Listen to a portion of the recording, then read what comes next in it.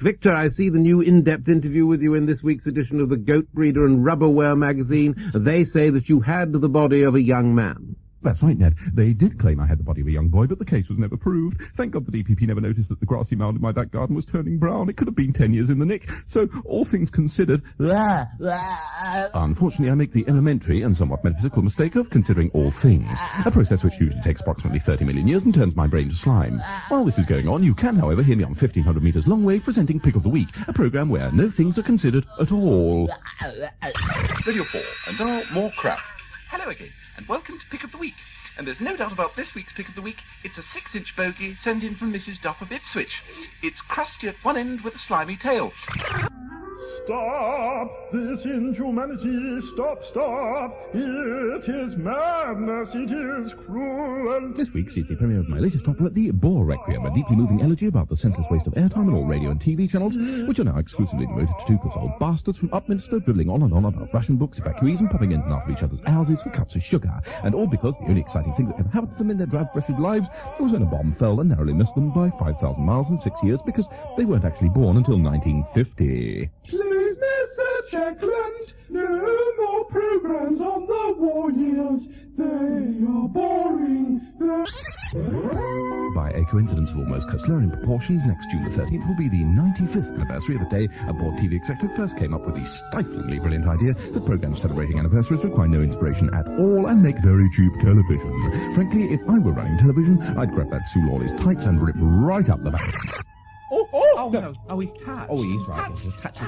You're right, Dole. What does he know about television? No, nothing. Sorry to be fair, he does know about television. He told me he works for Granada. Oh, yeah, Granada. Granada TV rentals down the high street. He's a wreck. Yeah. He's a wreck. Oh, my God. He's a liar. He is lying. Oh, the way he talks. He's got verbal diarrhea. Diarrhea, you're right. And below the waist diarrhea. Diarrhea, has he? Oh, yeah.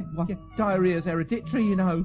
Why is it hereditary? Well, because it runs in your genes. Runs in your genes? Yeah, it runs in your genes. Runs in your genes. Tight and ask Sue if it was good for her too. It was also 22 years, 3 months and 4 days since Bill and Ben was finally taken off the airwaves. Oh, I feel a segue coming on.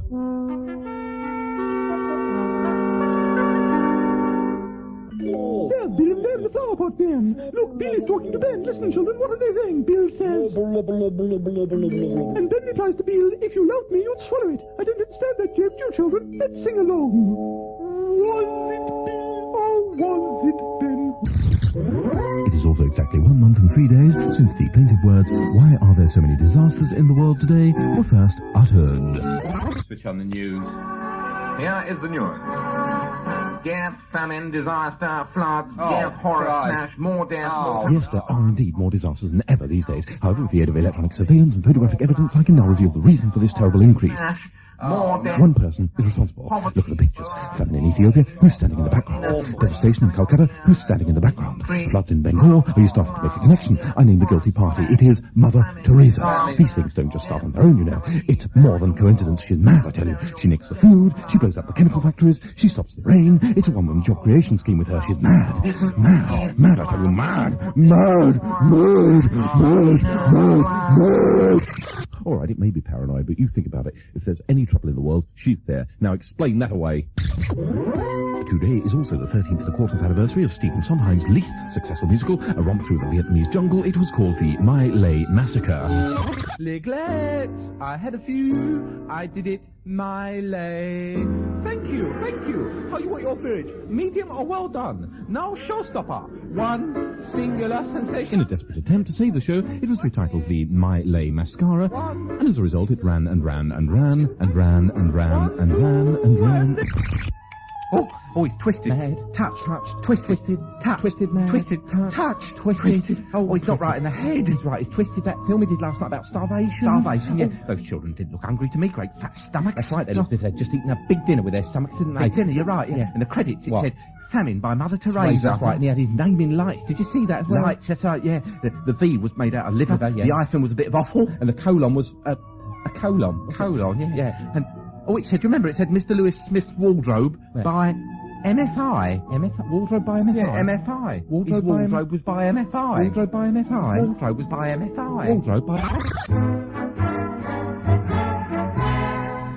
Now a brief interlude as we present Parrot of the Week, and this week's parrot is the man who's just spent £2,000 on a portable stone, which costs 58p a second to operate.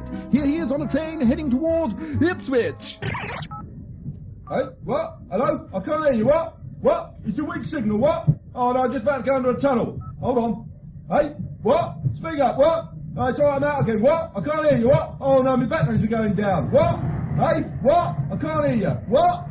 And finally, today's exactly 11 and a bit years since MGM produced a Fred Quimby cartoon set in Beirut called It's a Looney Tune World.